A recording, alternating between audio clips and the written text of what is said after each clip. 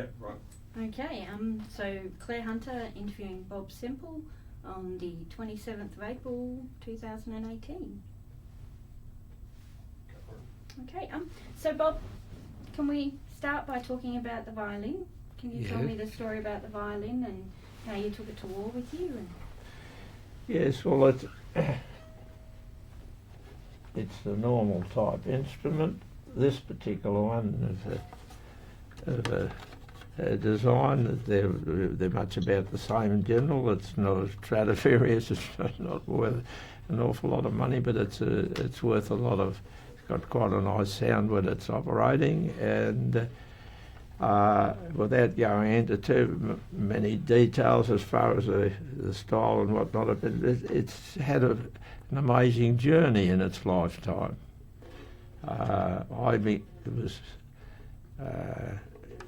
learning the violin as a young lad. I'm a product of the Depression years, and there wasn't much around the home in those days that we could boast about, except that conditions were tough, but somehow or another there was a lot of music around the piano and so forth, and folks just getting together musically and either learning or picking up some sort of entertainment that they could have. Well, even in my own home, my father used to enjoy Sundays because it was a chance to have the family around, and he loved to just listen to music. We had a piano in the place, and in due course I started on the violin. why As did a you matter go- of fact, and my mother said that she was very fond of the theatre, and my mother and father were opposites as people. My mother would have a kick at the football or throw a brick through your window or something like that, or at the same time she would very serious about the arts and so forth. So I began on a small violin, and I had to do my schooling and all the rest of it, and then came to this stage of this. Started when I was about 7 or 8, but this violin is one that we were able to afford at the time, or the family were, and I've had it in a family possession for around about when I was about perhaps 10 or 12 years old. But I did begin lessons from a lady teacher who was a symphony orchestra player and a very talented person who did piano, stringed instruments like violin, viola, and also the theory of music and so forth. So I was fortunate enough to get a start there. And when my mother first of all said, "You're going to learn the violin," and I said, "Oh, Mum, I don't particularly want to play the violin." She said, "Why?" I said, "Well, the only people I know that play the violin are the blokes that are outside a pub with their hat in the gutter, and they're scratching away on one of these things, and people are putting coins in the hat." She said, "No, Bob," she said, "it's not quite like that." So I listened to her wisdom and so forth, and began to take a bit of an interest in this thing. However, I'll cut the story rather short and just say to you that it stayed in my possession, and I began to like it after a while. And my grandfather insisted, of course, that I play the bagpipes. Well, they're two agony bags that would offend most people, especially in the learning stage. And so therein I didn't find it a great problem for the bagpipe. I had music and so forth. But this is, I'd played in some small orchestras and things like that for amateur theatrical shows, and played it for entertainment and enjoyment. And I took it into camp when I became associated with the army to go overseas, and some blokes had it could be a banjo or a guitar or what have you. And in the process, it had its journey on the ship going over. We had a bit of entertainment there from time to time. But then when we had to get into the hard stuff, into Tobruk and these sort of places, it didn't take it in there. And at that time, it was housed in this old case. I've got it all tied up for on the plane. I won't open it up, but there's no hinges left on the box. It's pretty crusty inside. It's still got some of the North African dirt and dust in it, and it's still featured with. I have it just there because it's a memento, I suppose, and who knows, it might even finish up here because I can't think of a better place to send it, perhaps to the War Museum. And can you tell us about the markings on and the markings on here are of a significance. I don't know whether you can catch that at all, but that is my initials. My name is Robert James Knox, K-N-O-X, Semple, S-E-M-P-L-E. So they put this on there as some form of identification. Herein are the stripes and a dot. There are two blue stripes, and that one's nearly faded out. It's a green, a deep green. That, together with that number there, is my regiment's number, so that all of your bulk clothing or objects that you don't use when you're in action, you naturally go in with a water bottle, have a sack, a rifle, or whatever you've got, whatever arm you're in. But all of this gear goes into storage, like big warehouses or places. Well, this disappeared, of course, in due course to, not sure, went into Cairo or into Palestine, Palestine was a holding area there, of course. And when we went into the desert, because I went into Tobruk on a destroyer, just after it had fallen, my regiment they needed a bit of extra artillery, and this gear went in, and didn't see it again till we came out, and then you receive your kit bag with all the odd bits and pieces, spare singlets and so forth.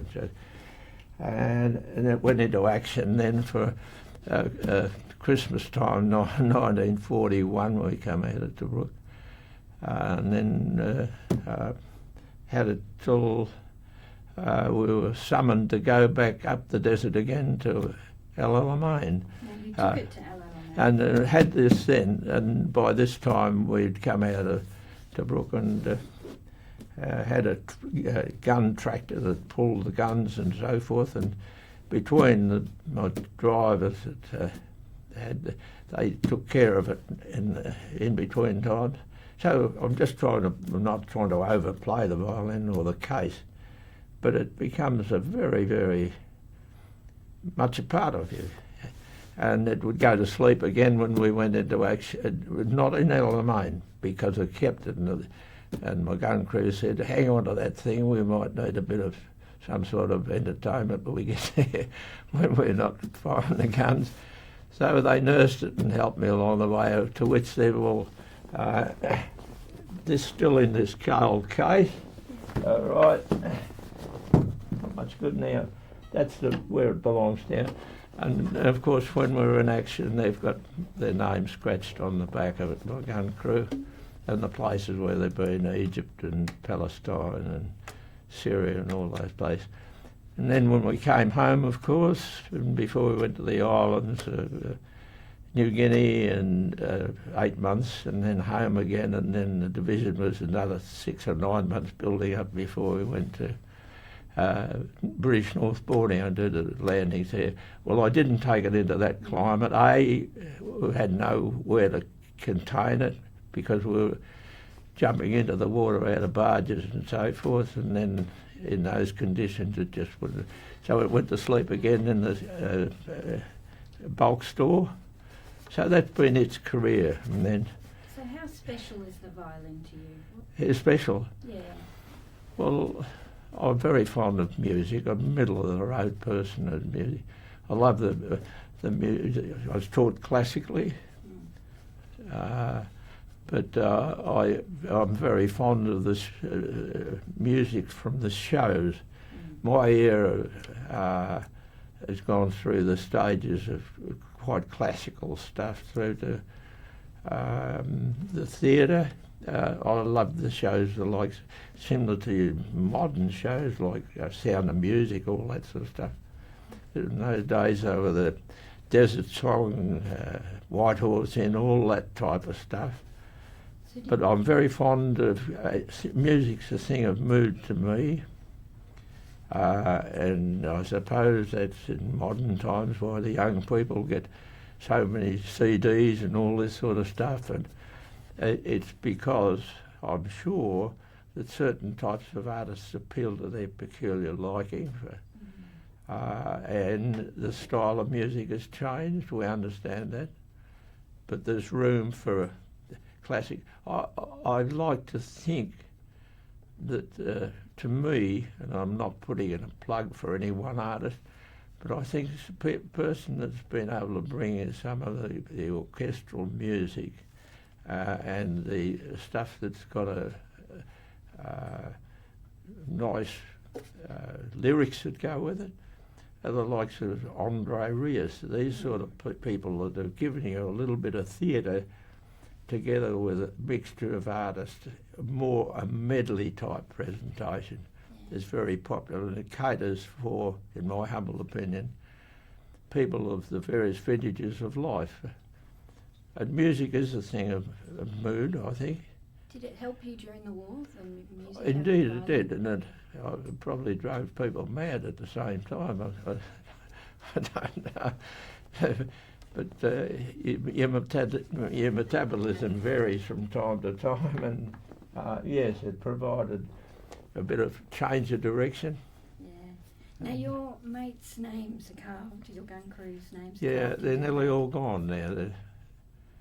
They're with their great architect of the universe, I think. They're upstairs somewhere, I hope. I'll probably join them one day. What did mateship mean to you during the war? How much did mateship? Sorry, love.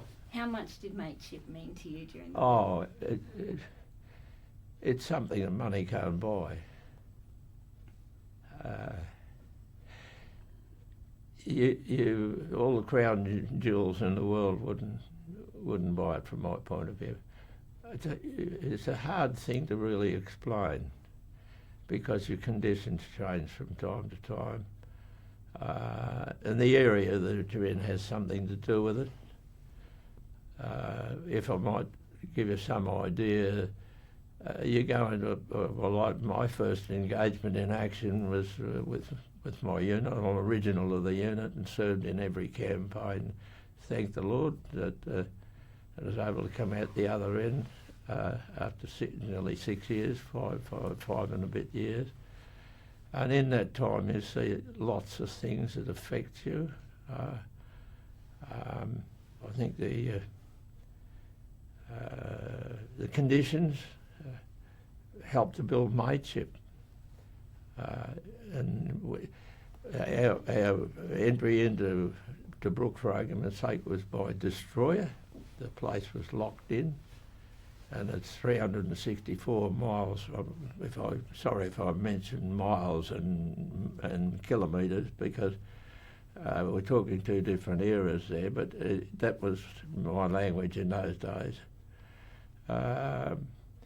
We were shipped in by destroyers. The place became isolated when you know the story perhaps where the initial burst into the Western Desert, for argument's sake. The war in England and Europe started on the 3rd of September 1939, but the actual engagement of war in the desert didn't take place till about the 10th of June 1940. That's about another 9 months later. That's the actual engagement.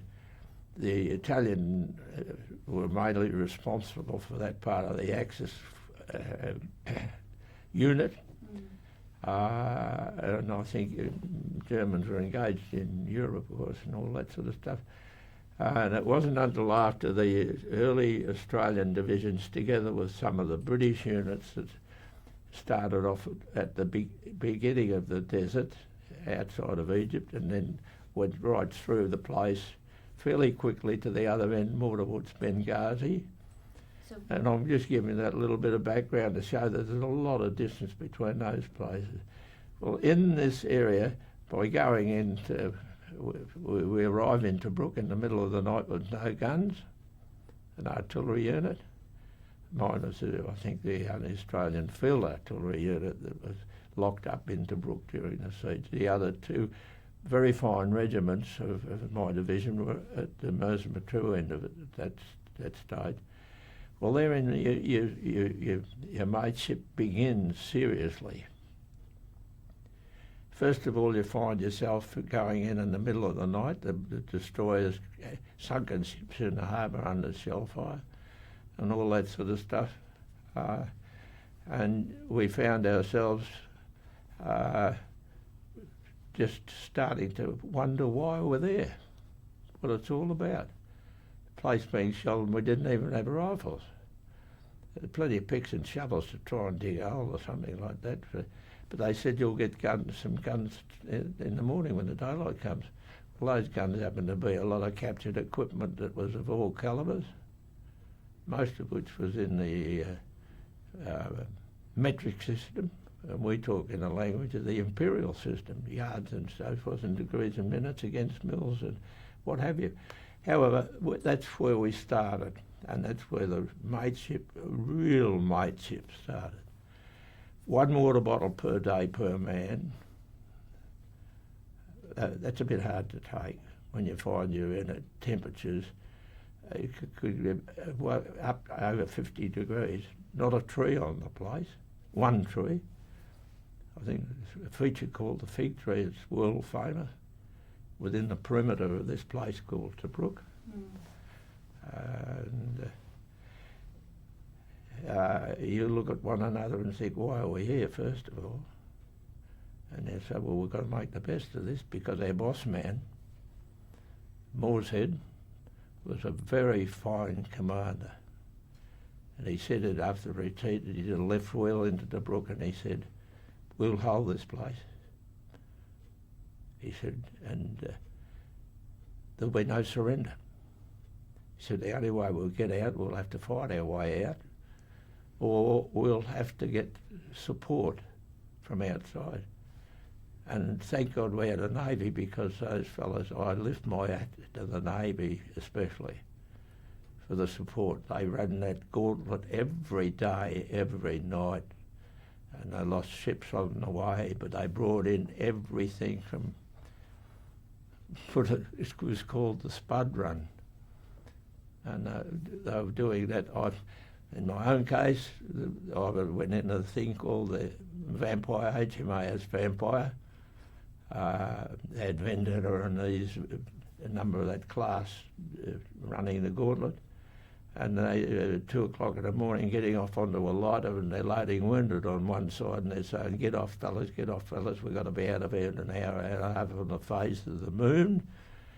And therein you think to yourself, this is pretty serious, how are we going to handle this?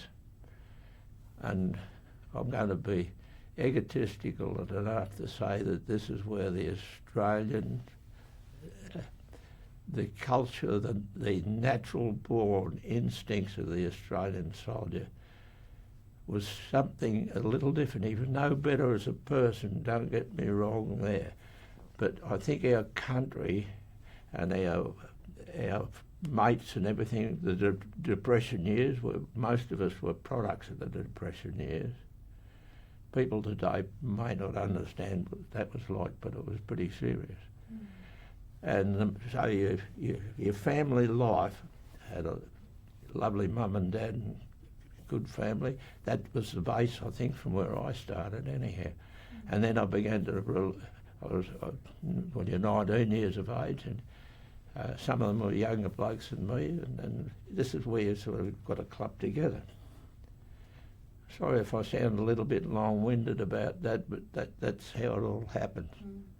And then that mateship only got stronger and stronger as the days went by, and you looked at each other.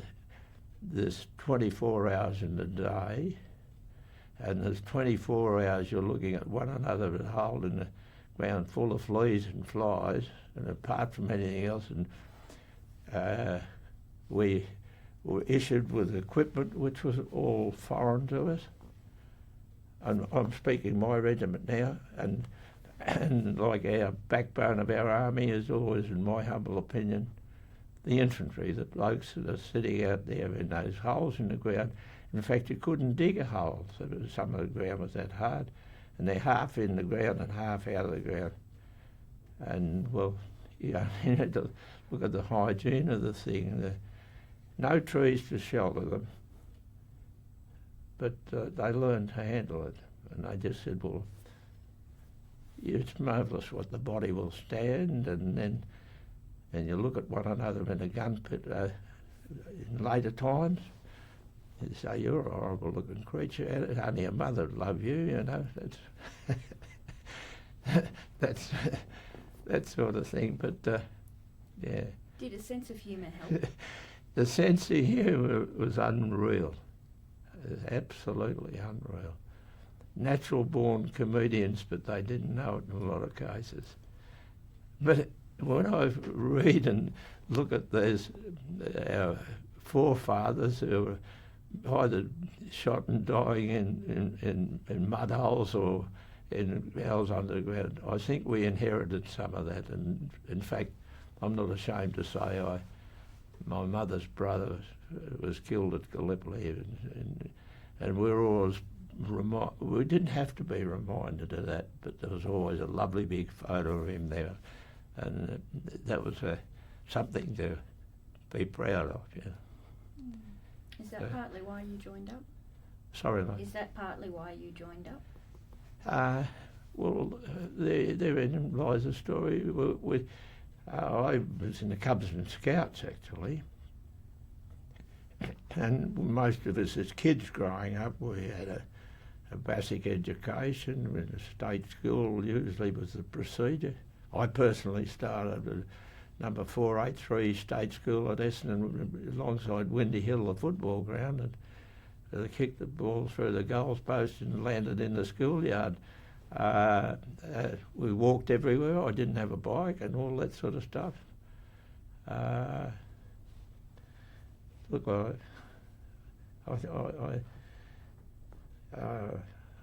find it hard to put the pieces, bits and pieces together, and just to say that.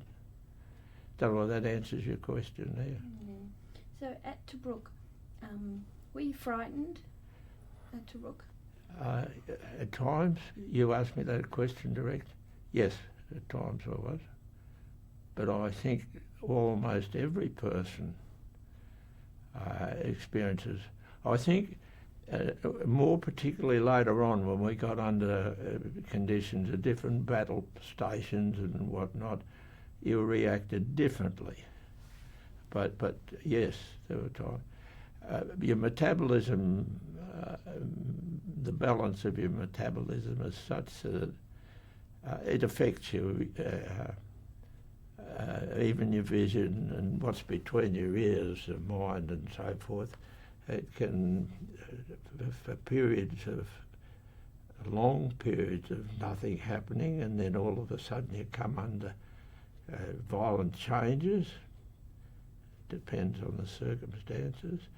Yes, but what you've got to do, and very learned, is to gain the most product knowledge, even as it was cynical about a lot of things. It was terribly important to get to have the best product knowledge you could of the weapons that you were going to use.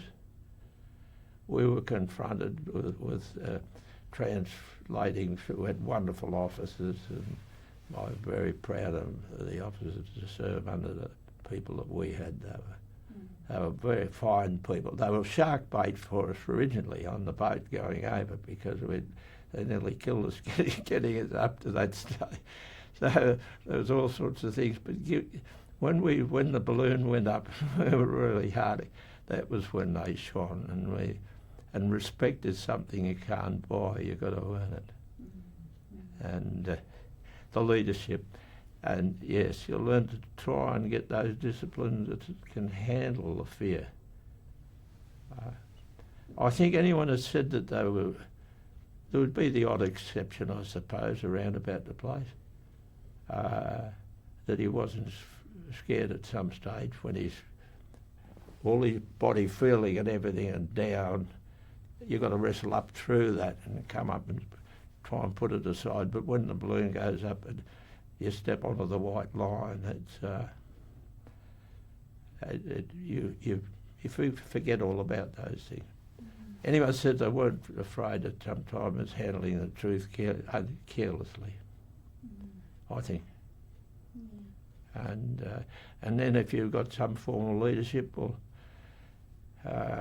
you've got to lead from the front. And when you've got to go into action, you realise in your own mind that I'm here today. It'll be nice if you see the sun tomorrow. I'm not trying to paint a picture, if you understand what I mean, but I can't explain it any other way, except that gets stronger and stronger as it goes. And you ask the big question when you've come out of an engagement and you're still there and someone else is not there. You wonder why. But you've got to put that aside and face reality, because there's a tomorrow, and the object of the aims and objects are to secure what you're about to do. Now, we talked about before about when the Stukas dive bombers would come down. Yes. Can you tell me about that again? Yes, well, Tobruk was, I keep going back to that because I can only speak for the engagement that I was involved in. And it's not it's we were engaged in, because we're a team. I was privileged to be part of the team. I would say that the type of actions depend on the nature of where you are and all that sort of thing. You were referring how we felt about Stukas and the shelling. The holding the hands story. Oh, yes. Well, that happened more in I would say at Lane than it did in Tobruk, because the acreage or the area that you're operating in Tobruk was relatively small. It was only about 18 miles from the harbour out to the perimeter, and then the perimeter itself was like a crescent shape it was an Italian fortress town that had pillboxes and trenches and so forth around its outer perimeter, with 2 or 3 lines, a red line being the front line and a blue line as you closed in on the town if it was going to be attacked. And the place was fairly important because it was a nearby area to Italy to bring supplies down through there and all that sort of stuff geographically. And therefore our positions were somewhat protected because we were in waddies. Lane was a different situation, much bigger show, and that was where the Stukas and so forth coming there. I've got this picture from Lane. Yeah.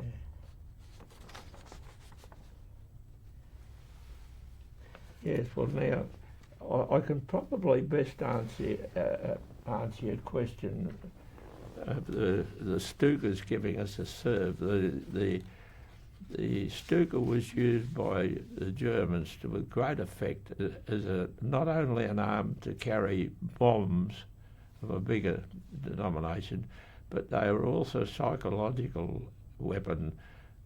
They attacked generally and came over the target, and especially with artillery position, we've got a gun pit that's a fair 25 pounder, for instance, 27 feet in diameter, a pit, and you're in a static position. Well, you've got to give it some protection. You've got a crew of 6 people and so forth. Well, they just roll over and turn down and come straight down as another form of artillery, and they're pointing the nose straight at the gun pit like this. Here again, I speak of quite often this was the case, where 4 guns are in little nests at different places. We didn't have that sort of acreage to cover, therefore we weren't quite the same target in Tobruk as what we were. We've got a lot of that serve at Alamein. Yes, it was rather frightening.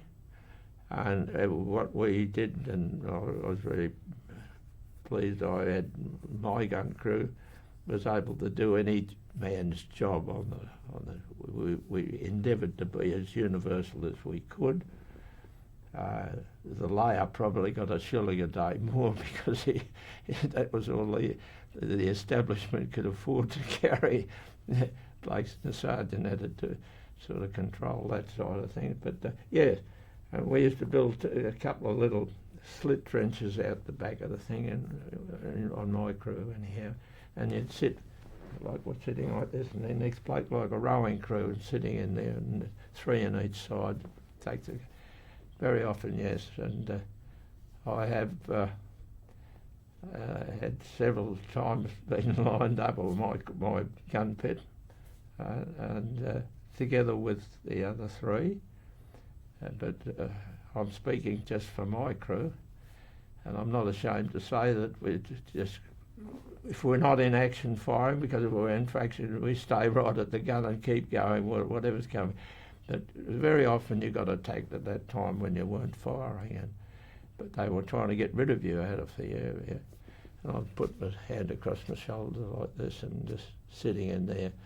And with some of my gun crew, we used to sort of, 3 of us in there, time just hold each other's hand like this, open and say, look, Peter or Jim, if this is it, we'll go together. Yeah.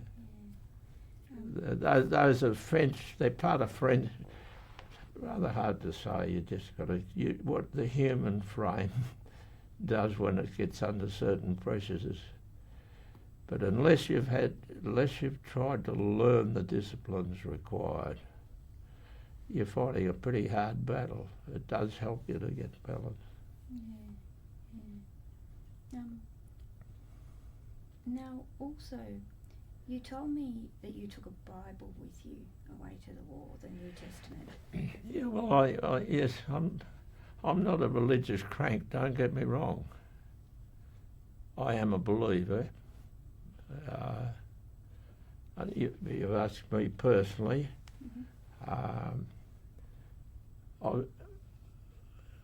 The principles of what my parents tried, I was fortunate that I had a lovely mum and dad. And they taught us certain disciplines, that's where I think all these things started. And I went through, I was christened in a church, and I went with the Cubs and Scouts. And after the Cubs and Scouts, when you got to a certain age and stage, you become a rover or whatever it might be. But around about that time, we had mates, played cricket and footy and all those sort of things together. Couldn't afford a leather football. We used to make it out of paper and tie it up, and Mum had put it in a sock and sew the end of it up or something. We used to kick that around. That was our footy as kids. And we would then go to our scouts and learn to be faithful to the king and the country, honour the flag, and honour sort of a commandment, honour your mother and father and your family. I was brought up in that stage, so I understood all that. But then you got to the 16, we found out that we could join the cadet corps in the militia, as we called it those days. And there's always got to be a leader, and we had a leader amongst our fellas that he was innocence personified to look at him, but his behind those eyes were sets of wheels that were taking place between the ears, and you never knew what was going to happen. So he was the leader that used to get us going. And he said, well, I'm not trying to prolong the story, but he was one of the guys that said he wasn't altogether an oil painting. He had ears like a Volkswagen with the doors open and all that sort of stuff. So we went down to this army place in South Melbourne. We lived at Essendon on the row along the Ascot Farm, Ponds and so forth. And he said, we're going down to this place. We walk into the headquarters, and there's a permanent soldier, big tall man with a raw Scottish brogue there. And he said, what do you fellas want? We said, we come to join this army. He said, well, I've got news for you. He said, get in the queue, because we're full. He said, you just turn out there from 16, and if we have you, and then when you turn 18, you go into the battalion. Well, I think it was about 800 men in the battalion or something at the time. And he said, and furthermore, you got to buy your own kilt. We said, hang on, how much are these kilt? He said, £3.10.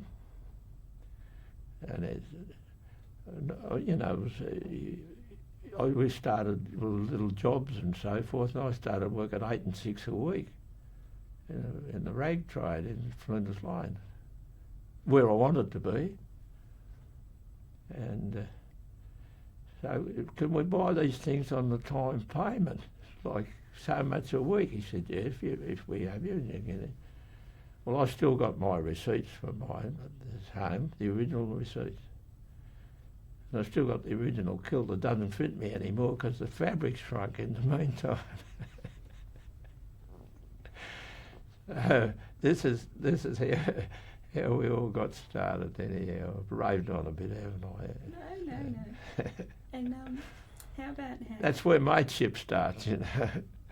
And then the war broke out, and they called up the mob, and they said, right, there's a war on, and we said, righto, and I was amongst the first to go into camp with an advance guard to a place called Portsea. And at the top of the hill in Portsea, there's a little place they call, I don't know if it's still called that now, it's Fort Franklin. And I think they still use it now. And after a short while, they brought the whole battalion down to Portsea and put them on the first fairway of the golf course. Horses, and we had horses and limbers and things like that in those days. And that's where we began to form up. And then when they called for volunteers for the second AO, because you had to re-enlist again, the other was peacetime service. So the whole crowd took a pace forward when they called for volunteers, and they said, hang on a minute. We didn't understand it at the time, but we fully realised a little later on. They took the commanding officer, adjutant, and several of the ranks, 50 or 70 people, and they started to form the 1st Division, which was a 6th Division that went out of Australia, and the 7th and so forth. So out of all of this, they sent us home for Christmas and then brought all of the troops around Melbourne together at a place called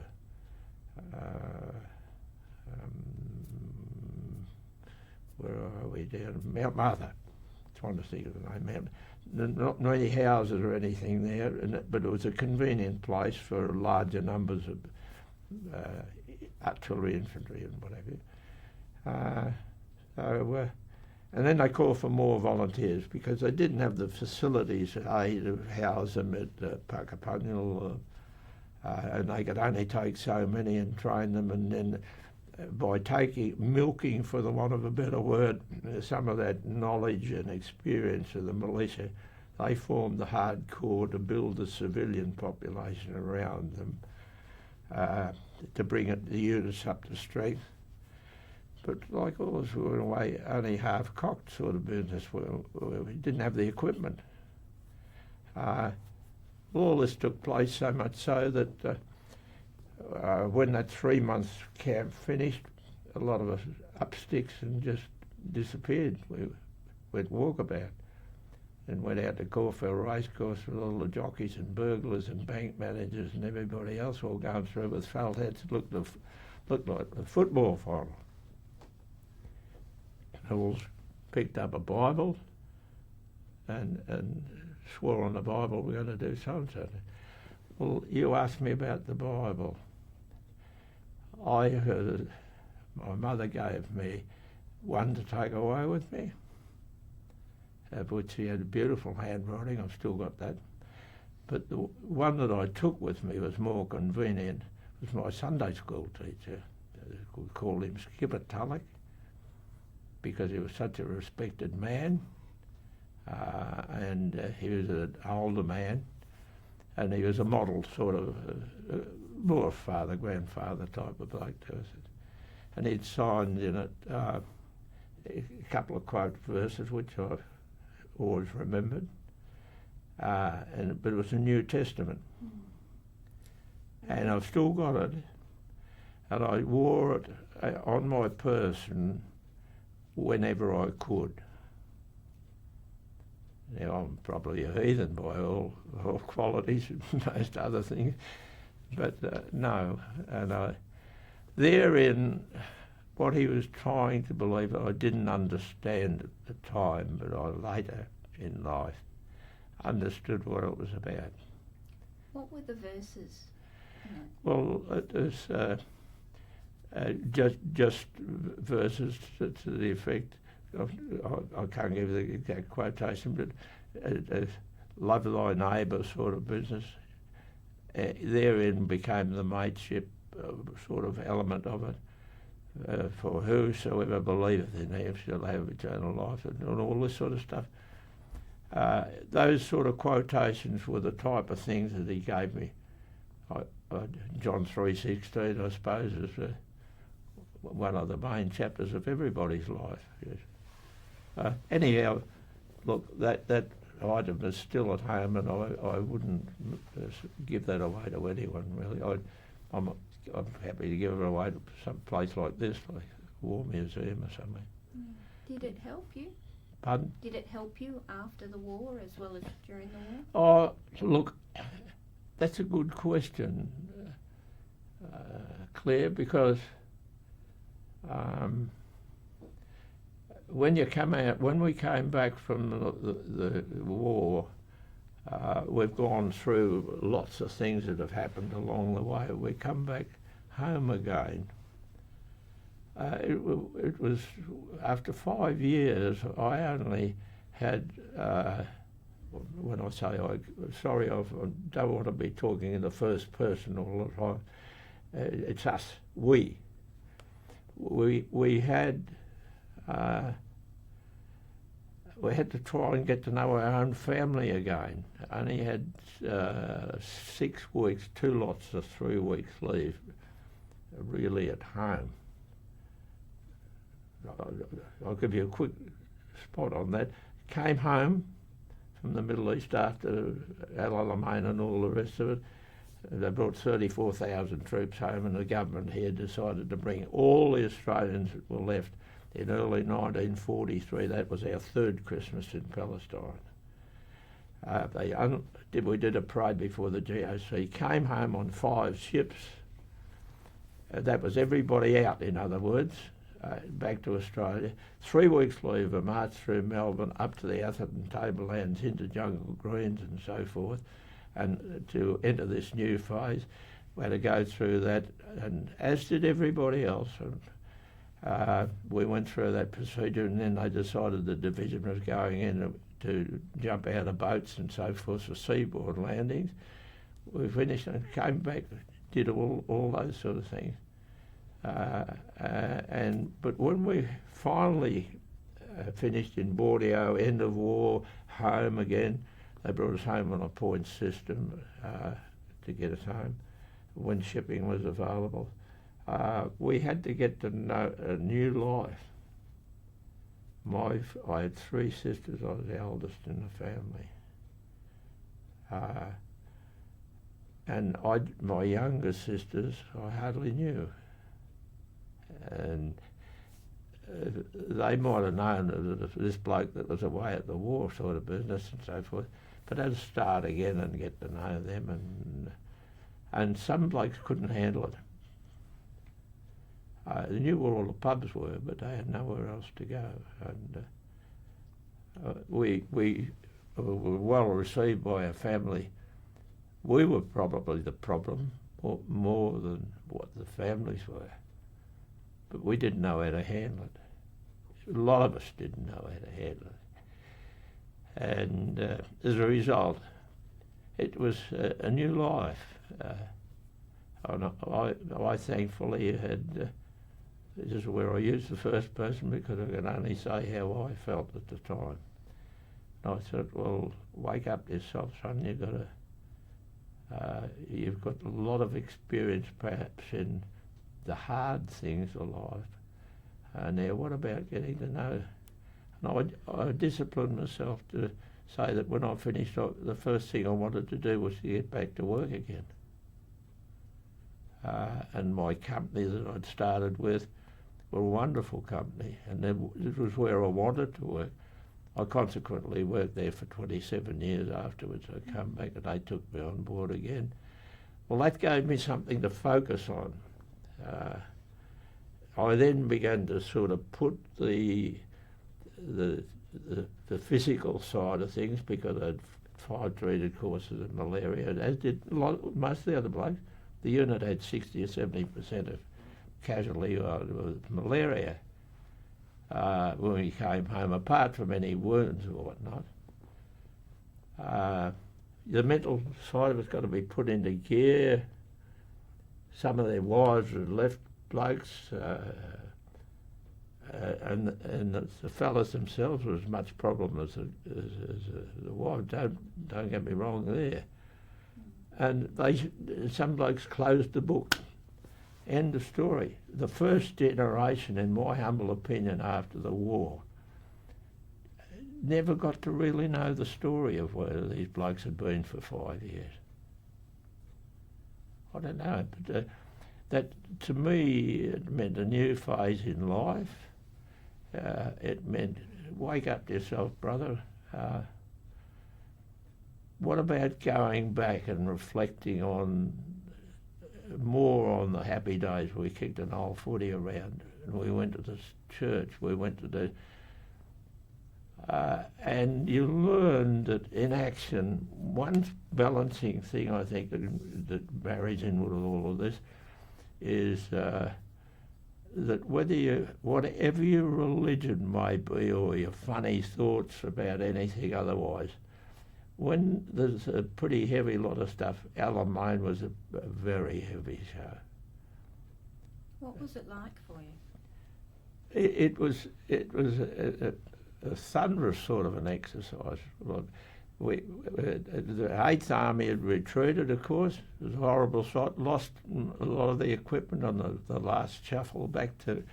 They got to this place called Alameda, only 60 miles from Alexandria. End of Alexandria is a naval base with all the captured stuff, the Suez Canal, the oil in the Middle East, and thank goodness the 7th Division had gone up into and taken north of Palestine into the Lebanon and Syria, whom we relieved that they came home. So I know that territory up to the Turkish border. They had Turkey with a hand in glove with the German people at the time, and Hitler's bringing the power down through the oil. All the Middle East goes. It was a big show. And then they had to build it up from being a positive disgrace, the retreat. They rebuilt the army and so forth, changed the leadership. Montgomery came out. and decided that again there'll be no retreat beyond this point. Okay, we build it up. Churchill wanted the army to go into action in September. We didn't go in September. We went in the next phase of the moon, and you're looking at 1,000 guns opening up at the one time at night. It does funny things to your mind, you know. But once you get underway with it, you've got sappers going in to lift the minefields 800 metres deep, and the line's about 40 miles long. All that sort of confusion's going on. Can you tell me about the engineers? Speaking of the mines, can you tell me about the engineers picking up the mines? Yes, well, those minefields are scattered. They ran parallel with opposite to your numbers. Well, there were two of those minefields in certain places that were 800 metres deep. Well, before you can go in with the cavalry, that's the tanks and so forth, you've got to get rid of those things. Even blokes, a lot of the engineers who were going in prior to the day of chosen day of battle, when the balloon's going to go up, they went in, these fellas were down on their engineers picking the mines up and passing them over to their mates and saying, stack them over there, Charlie, or whatever it is. We've got to open up this track to allow tanks and vehicles to go through, and suitably a few posts, iron posts with lamps electric, as they called them. They were torch sort of things to open the track to let the tanks get through and so forth. But those sort of deeds takes a pretty... These boys are doing a bit of that sort of stuff, I think, in Afghanistan and so forth now. Look at the horrible things that happened to some of them. It was a big show, and it lasted for about 10 days. I know on my gun we fired about 653 rounds in the first 24 hours. That started at 20 to 10 at night, the battle, and be probably 800 25-pounders, and went off, and we're looking at a force of maybe 250,000 people on our side. Must have been unbelievable. Thunderous. It was like a permanent... Well, these jets went over here the other day. It was a bit like that all happening most of the time. 20 minutes, the big battle started in Montgomery. Said we'll start this at about 20 to 10 at night. There was 10 minutes of intense bombardment as far as we were concerned on artillery, to put it down on the known artillery positions on the other side. Cut-off point, we were using gun programs. Pause for a moment, the two searchlights met like that sort of thing. 10 minutes onto the known infantry position opposite our infantry, and bang, opened up, and we were then operating on gun programs to up the ante as we go. Well, that lasted for 10 days, and after which we then left the Middle East and then came home. Went back to Palestine again, regrouped, and then all came home. As I say, 34,000 of us came home. Then the battle elsewhere, of course, was had to adapt to circumstances. Now, speaking about the engineers, you were talking about what the engineers did in Tobruk with the mines as well the other day. I meant to show you that, Claire, if you remind me when we leave here, I'll give you a copy of it'll sum it up pretty well for you. I think I've got it with me somewhere in my bag, and I'll give you this wonderful story. They used to go, the Australians were very, very good at night patrols in Tobruk, because, as I say, you were such a condensed spot. They used to go out at night and pinch the German mines and bring them back, and they used to set themselves targets. They were going out to try and get 500 mines. That's a lot of stuff. Well, I meant you had to go across no man's land. The story goes, Steinbeck was this bloke's name. He was a sergeant, and he used to take this, had a few of his silly mates that used to want to go with him, and they'd get a bit of support from some of the infantry battalions, maybe a couple of trucks or something like that, and go walk about out and start getting these mines up, lifting them out by hand and just stacking, delousing them and stacking them on these trucks to bring them back. And there's one occasion their target was 500 mines, and they're out waltzing around picking these things up, and the officers, one of the infantry officers up in the back of the truck with the field glasses, this is before dawn of course, and the officer says to hand to one of his privates loading stacking the mines in the back of the truck, he said, private, or named him anyhow, and he said, have a look through these glasses. He said, there's some movement out there in the front. He said, a fair way off. He said, they look like tanks. And of course the second opinion, he said, sure, they're tanks, all right, and they're starting to come this way. And said, and the officer called out to Steinbeck. He said, we think we should move. We think the tanks are on the move. He said, how many mines have we got? And I think the figure was about 300, 350 or something. He said, our target's 500. We're hanging fire if we get to 500 mines. And sure enough, they did. They got their 500 mines, but by this time the German Tigers, tanks and so forth that were coming in. But you need their language because they colour it with a bit of algebra and so forth. So they were effectively stealing. They were pinching the German mines, but we didn't have enough. So they brought them back and they put them out in front of our own positions. That was the object of the exercise.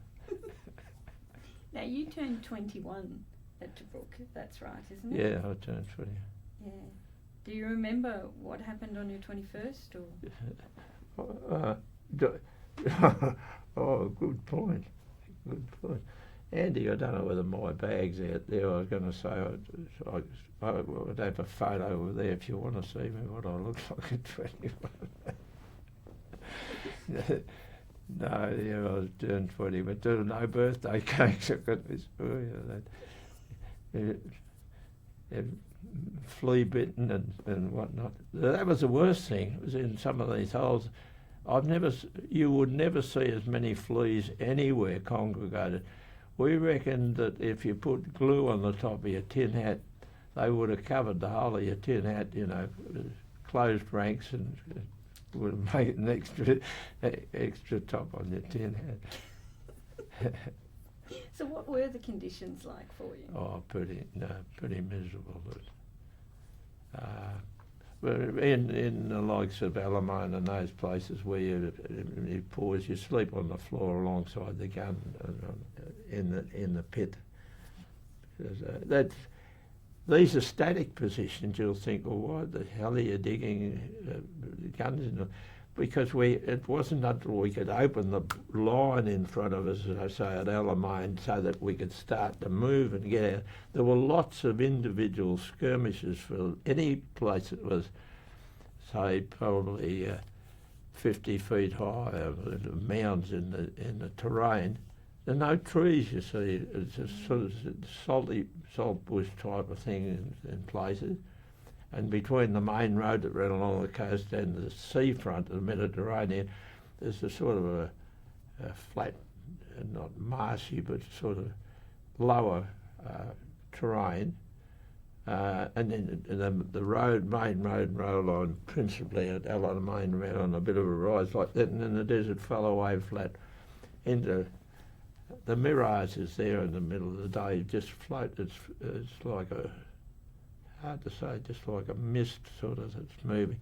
And then it develops to all sorts of things if you look at that all the time. It does things to your mind too. You think, yeah, and you got nowhere. Where else can you look?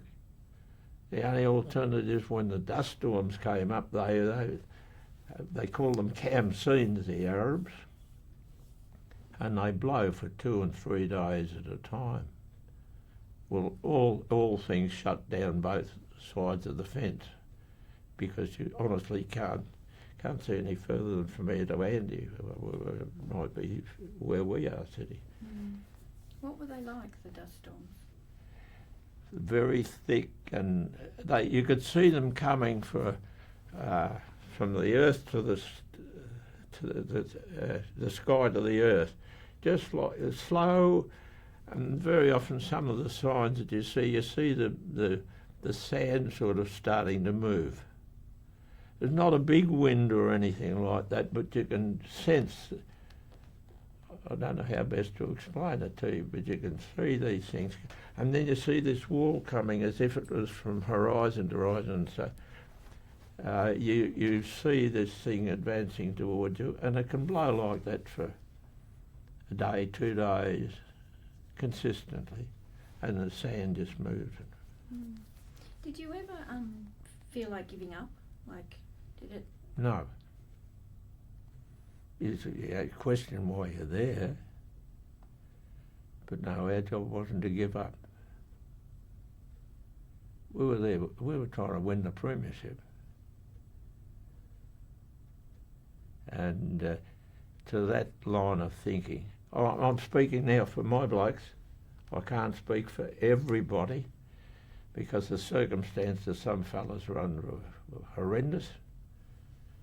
Those tank battles and things like that some of those, we were outclassed backwards and frontways in cavalry, that's tanks. We just did not have enough. We just did not have the backup support for them. And it wasn't until they got to that stage prior to Alamein where they were dragging all this stuff around via South Africa down the bottom. We couldn't come through the Mediterranean with supply. It's going from UK and other parts and coming around the bottom of South Africa up through the Red Sea and into the Suez Canal area and then carting it again all the way up. The problem is, when the bubble bursts in that type of country, it's hard to stop the impetus of the thing. And once it gets moving, it's like a big tiger snake or something, a python going. Once it might move very slowly, but then it gets more and more, and you've got no backups. If you haven't got water and you haven't got fuel for the tanks, you could have 1 million of them, but haven't got the petrol to put in them. I could tell you one of my favourite stories and one of the things that I think should be made more open to the average story told of the 8th Army, the 8th Army, and the Australians were in the top section between the sea and the main road, and just over that.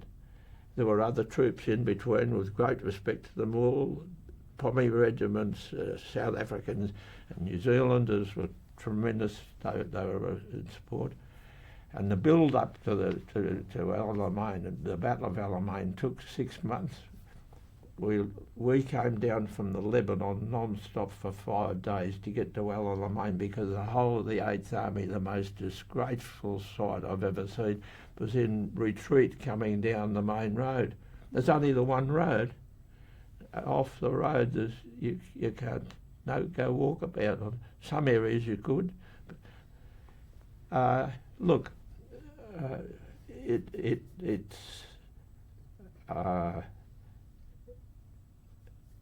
it was mind-boggling, the exercise to get from the Lebanon up near the Turkish border and bring a whole of this division of ours, which was supposed to be coming home. 20,000 troops, were more or less you're talking about, part of which the division came down through Damascus and Sea of Galilee and those places, and others come down the coast road and met. But when we lob it go bit beyond Gaza, we start to go into the Sinai Desert. It's only the one black ribbon across that you go a couple of 100 miles to get to the Suez Canal and then get all this crowd across, and you can only travel as fast as your slowest vehicles. We had, I was a 25-pounder, gun, the best British gun in the world at that time, and the Germans had the 88mm, which it was the best gun in my opinion. Look, I don't know. Your main question was what? We were. Now I've forgotten. No, try to answer it sensibly for you. No, we were talking about. Actually, we'll talk about this picture. That's what we'll do. What do you got there? So this picture that I showed you before. The other day, you were telling some stories about the picture from Alamein, and you were telling some stories about what was happening in that picture. Can you tell me about that? Right. Now I've got it oriented without the glasses. Sorry, Bob. No.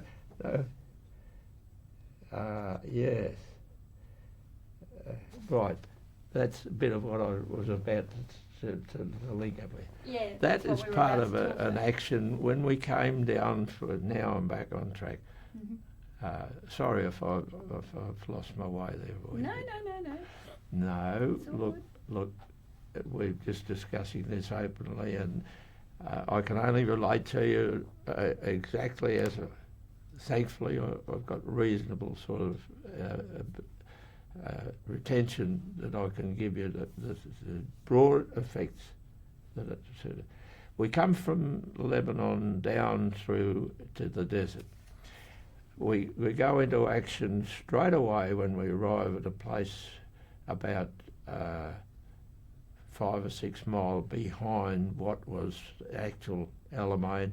Alamein was a shed, which was a railway station, nothing else virtually. That was Alamein. It was a spot on the map.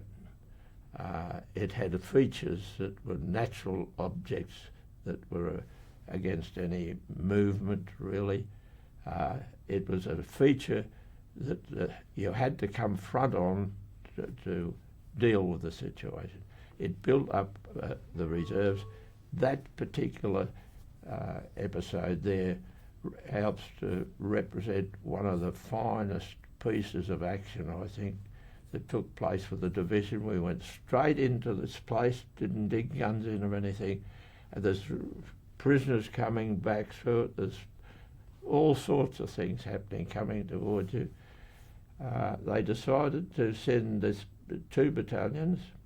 There's a 24th Battalion and the 48th Battalion of the 9th Division went in along the coast between the sea and this raised feature, which was the main road and rail line, into the desert. A distance of about 1,500 to 2,000 metres, or yards, whatever you like to call it, across that area. And they didn't realise what they'd done until it was all over. They went headlong straight in and captured Rommel's headquarters. The 621 Interceptor Unit were officered by English-speaking officers, German group.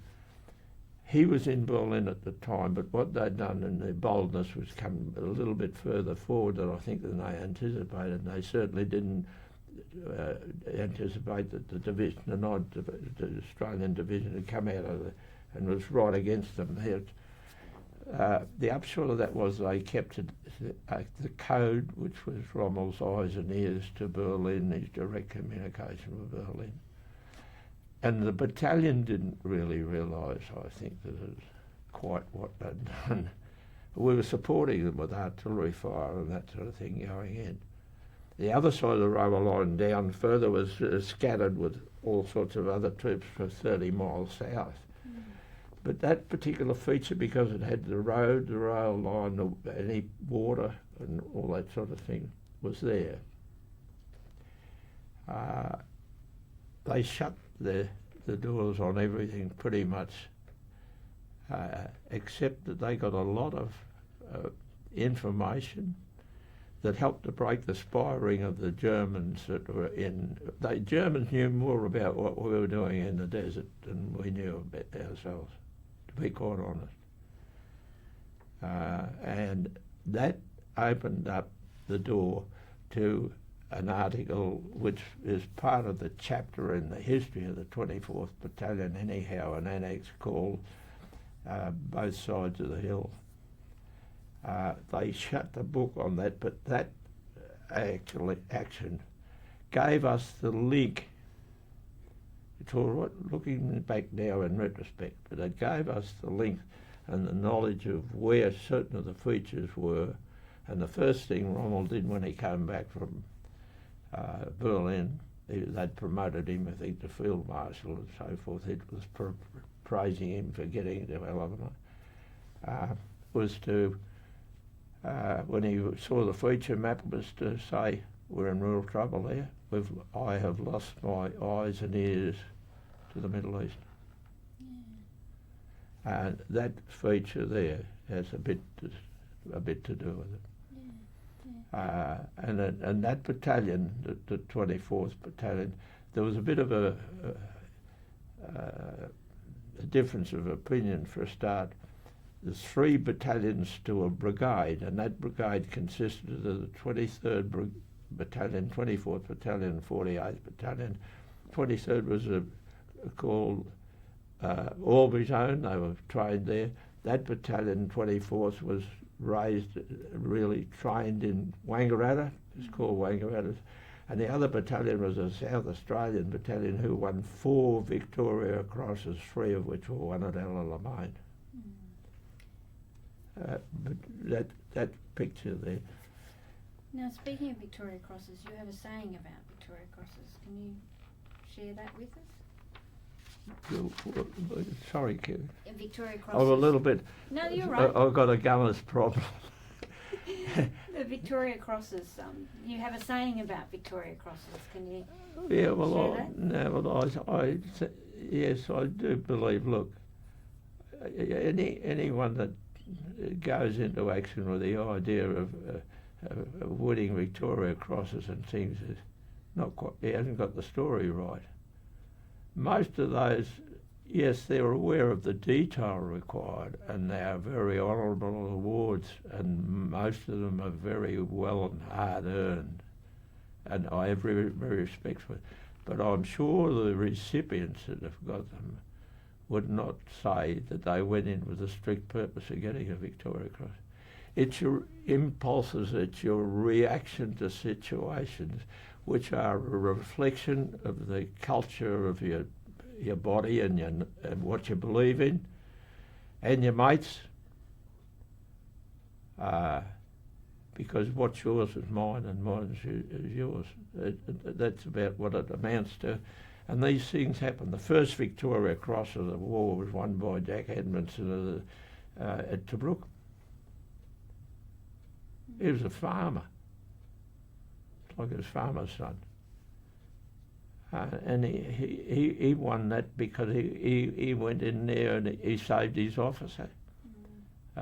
His officer was in a position. This is a night patrolling and so forth going on. Like all of them, there's a reason for it, but none of them go in for any grandeur with it. And that's why I say it's all to do with really mateship and your reaction. I can only speak for myself and the feeling, the culture within my unit, that we would do anything for one another. Well, hard to control, mind you, out of action, but in action. The Australians are a bit hard to handle sometimes out of action, but in action there's no questions asked. Yeah. But, yeah. Now, so how did you feel when Tobruk and Al Alamein were over? Relieved, of course, because you're suffering with the physical and mental exhaustion. It's you experience it in daily life. I think you know when you've had enough. You fight the elements at times to achieve something. Even doing the housework, I suppose, or that sort of stuff. You've got the aims and objectives of what you've got to do, how much you do, and all the rest of it. I'm not an expert in that sort of thing, but I am very familiar with the idea of having aims and objectives, and I'm very, very much aligned to prior preparation to the best of your knowledge in whatever you're doing. Product knowledge is more important to me. These fellas that operate this equipment that we're probably in studios like this, they're experts at that sort of thing, and I'll guarantee that they haven't just drifted in here and picked up all this stuff. I mean, they've put in their fair dinkum about it, and they are trying to give you the best result at the other end. Well, simply that's what we're trying to do. We were really trying to do. And the first thing we want to know is, are we helping our mate that's out in front of us? And if he's in strife, well, we've got to go and get him. I don't know. I haven't got any magic elixir at all. Other than that, I'm singularly oriented in that, and I've tried to apply that in a civilised way to life afterwards. I think there's a saying that goes, isn't it? God grant us the serenity to accept the things we cannot change, courage to change the things we can, and wisdom to know the difference. I think that's not a bad sort of a thing to set your standards by. But I think if you're undertaking a major thing, I don't know, building a house or whatnot, you want to make sure that the thing meets your criteria in the first instance. You've done a bit of planning, or it's just the same. Yeah. Now, talking about your mates, can you tell us the story about your 10 mates at Tobruk? Do you mind telling us that?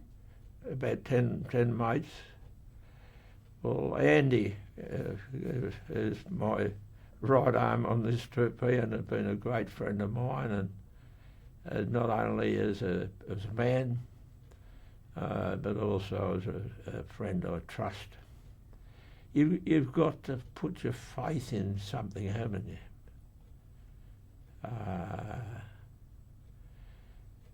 You've got to have moments when you think more deeply about it, and there are times when you become affected from time to time with emotions and all the other sort of things. Yes, the 10 blokes that went at the one time, that stinking hot day, Tobruk, just digging another hole to put their gun in to get a bit of breathing space, getting too much attention where they were, and have an alternative position for when what you're trying to do is knock one another out with the weaponry you've got. That's on both sides. And this day they'd been out and been digging about 10, I forget if it was 10 or 12, it was 10 sure that went off. They are coming back to their, we'll call it home base, that is the gun position they were on, so that they had this alternative so that they could use it. There's a German spotter plane up. No one's taken much notice that Herman's having a look around and he's taking photos of what they call in the artillery, they bracket, in other words, they bracketed this vehicle moving. And they get one front and back sort of thing, and a shell hit the back of the truck, and the result was 10 blokes go at once. It's a shock to the system. there's all sorts of butchery and all that sort of stuff. Pardon the crude expression, but there's all those sort of things that happen. Sickness, and even some blokes that did away with themselves. And you come down through life, and as I say, I have great respect for Andy. He's been with me on this trip here, and we play bagpipes. They're two funny instruments, aren't they? The bagpipes, the violin. They're agony instruments, aren't they? Yeah, but it must have been awful for you sometimes. Yeah, well, you've got to learn to face it, and it doesn't matter what the casualty is. You've got to learn to face it. Did you feel? I've cried. I have. I'm not ashamed of that. It's just one of those things. It's an emotional thing, and I've thought, just pull yourself together. You never get rid of that. You try and put it to one side and focus on what else you've got to do. This is not the story of my life, don't get me wrong. This is not your life. And it's something that I don't commonly express, but I'm not ashamed.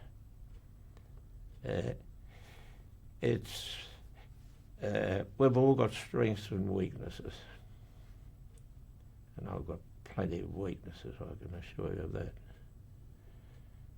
But I say that the thing that helps me recover more than anything else,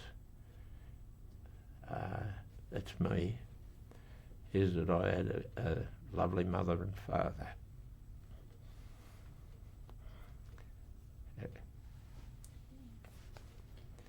Just let it rest there.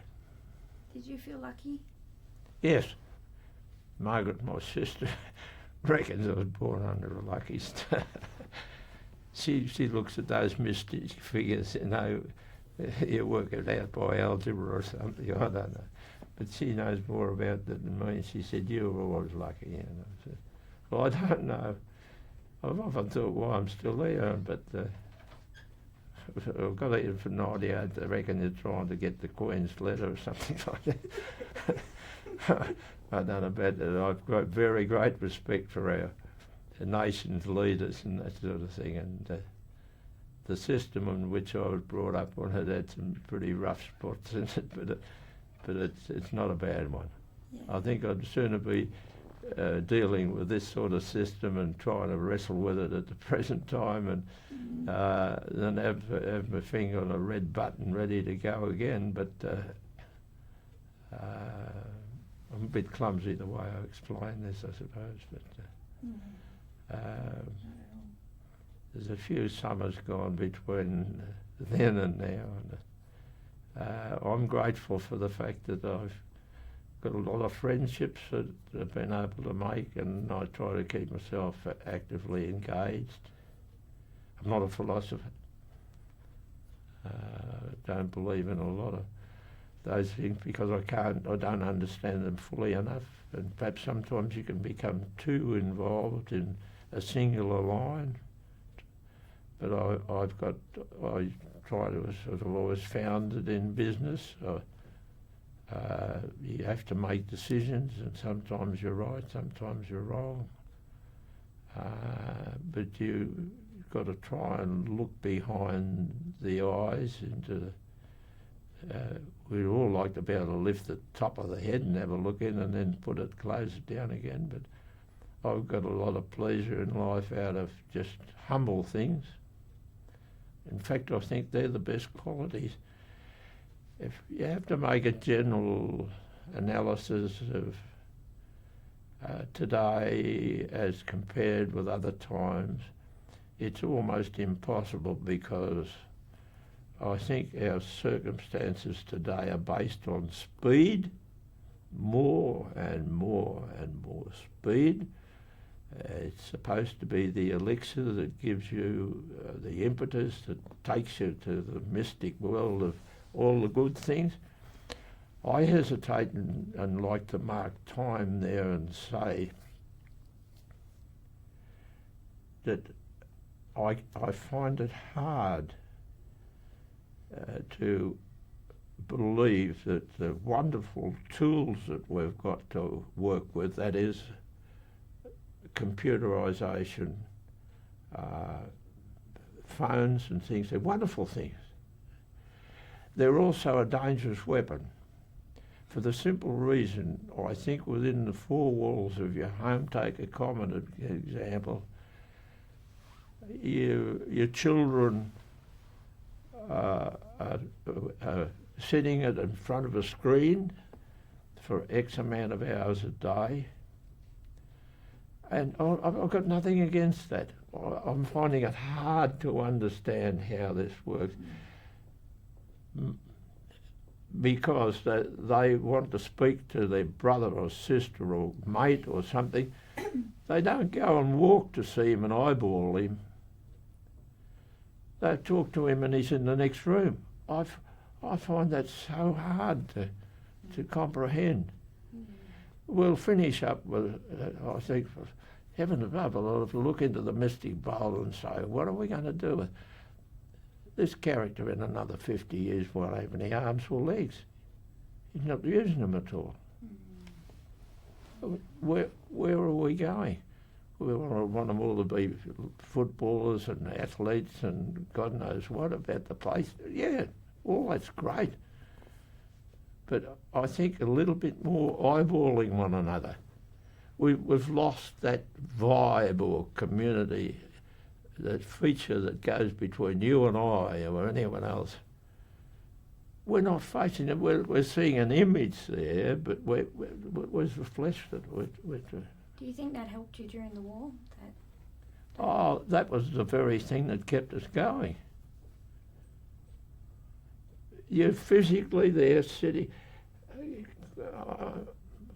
I hope I'm not getting a bit excited about this in some way, but my reasoning is probably too elementary, I don't know. But the 6 blokes sitting in a hole here with a gun, and we've got a job to do out there. And if I'm looking at you and you're looking at someone else like that, for all the daylight hours, you know more about him than what your family know about him, or each other. You know pretty well all the personal things. It doesn't matter whether you're a retiring sort of a person or a bubbly sort of a person by nature generally, because you can't fight that forever. You've got to go along with it. But I believe that we've got to try and face one another and shake one another by the hand, or do something and look at them physically and say, I don't know whether I like that bloke or not, but I've got to learn to like that bloke. Or either that, or go and live somewhere else, or do something somewhere else. I don't know.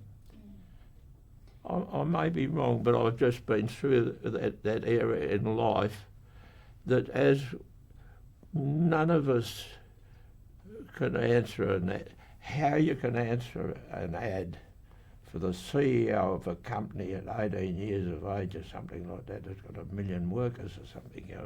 I'm not questioning that he's brilliant, could be brilliant, but he's got to learn to be down to the basics of mankind on the universe, where you've got to see you'll treat a dog like so-and-so, or an animal like so-and-so, and the first thing you want to do is get a relationship with it where one understands.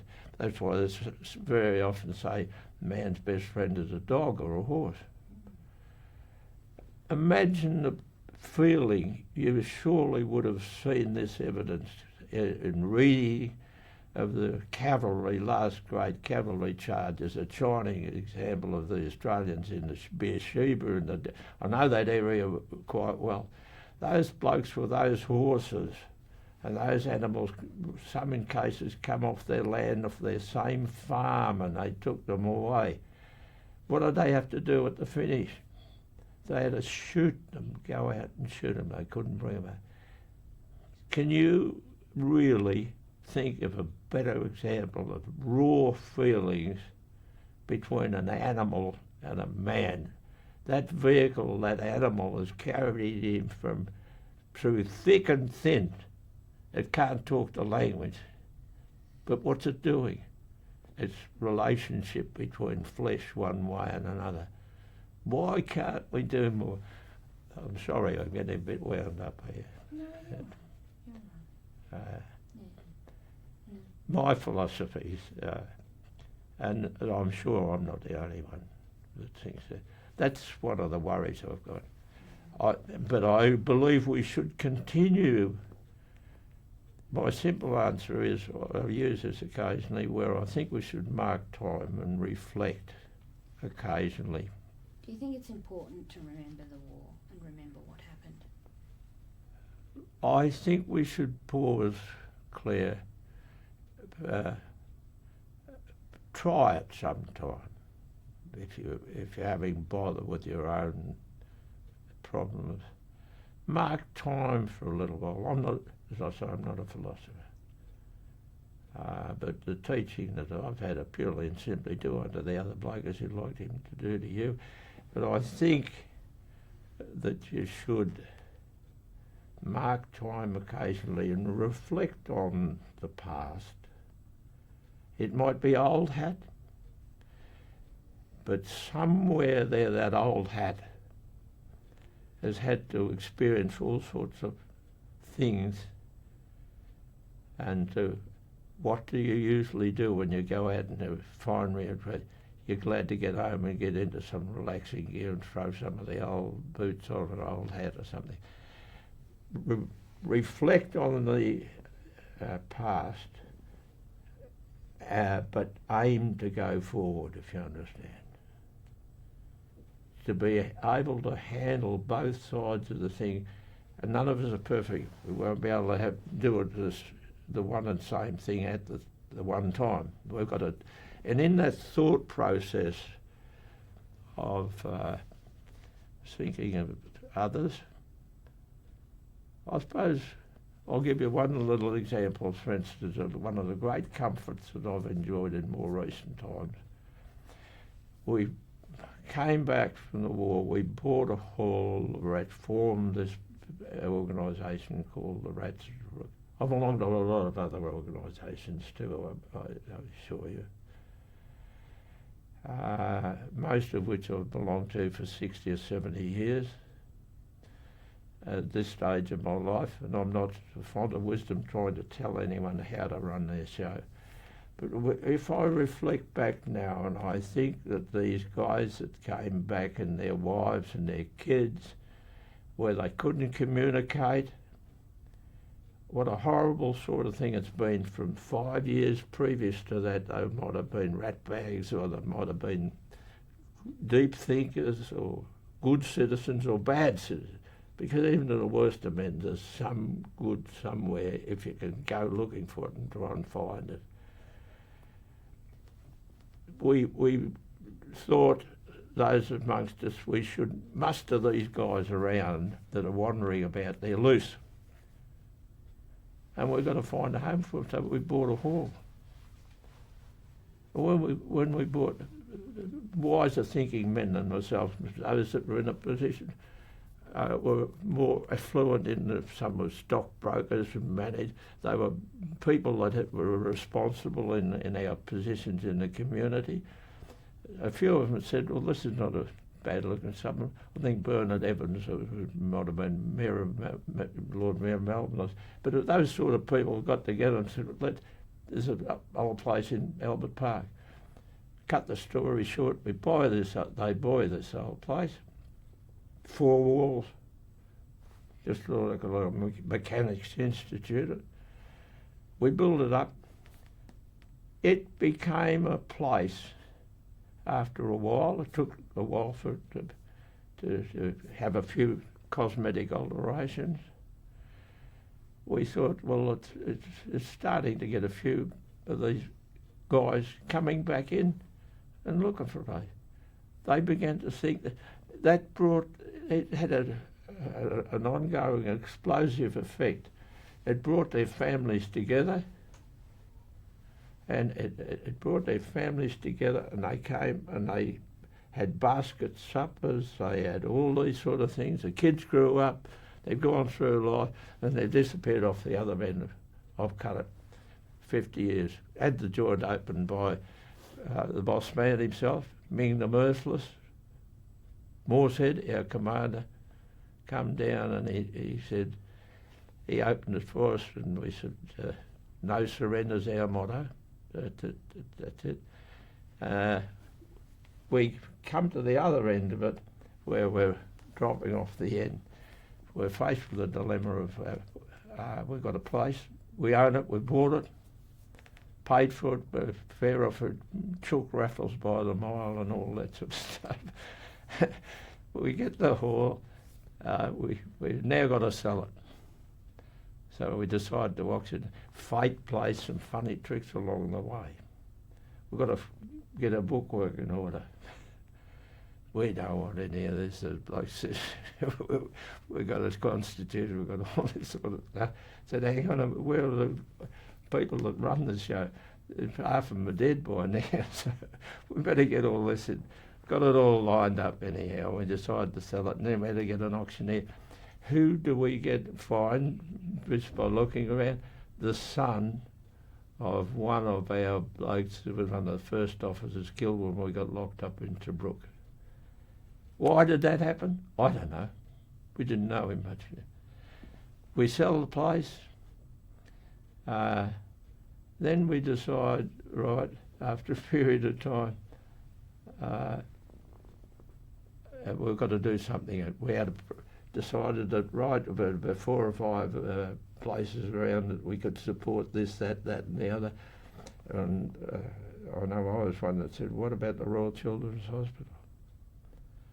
And the bloke said, we don't want these statues or places, we're not going to put it into bricks and mortar and all this sort of stuff. One bloke said, to be quite honest, he said, we don't want these statues for the dogs to piddle on. I mean, that was just a common.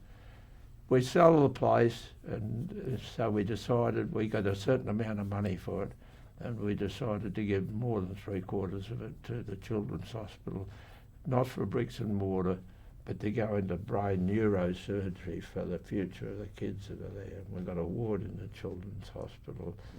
And that's a foundation now for young doctors coming through. We give them a token that's the hospital built around it with other sorts of things. But for the rest of our time that's left, I don't know. The bloke that bought the hall, we'd never seen him in our life before. The very day the sale came, there's 2 things he asked. When we interviewed him, immediately he bought the hall. He said, I saw it advertised in the paper.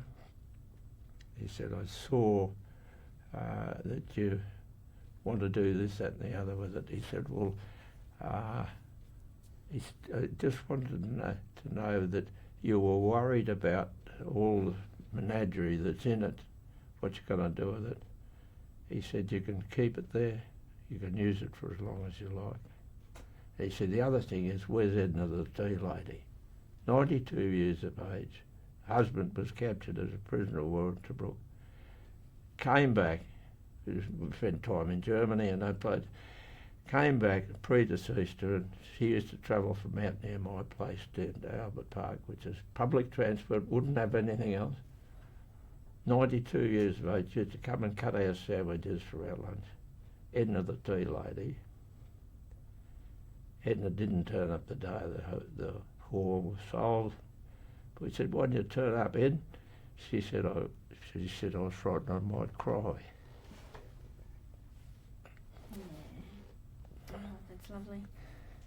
Yeah. Oh, I'm sorry, Bob. It made you sad. Your car's going to be here in a minute. Yeah, your car's probably about here. I'm sorry, Bob, I didn't mean to No, thank you. upset you.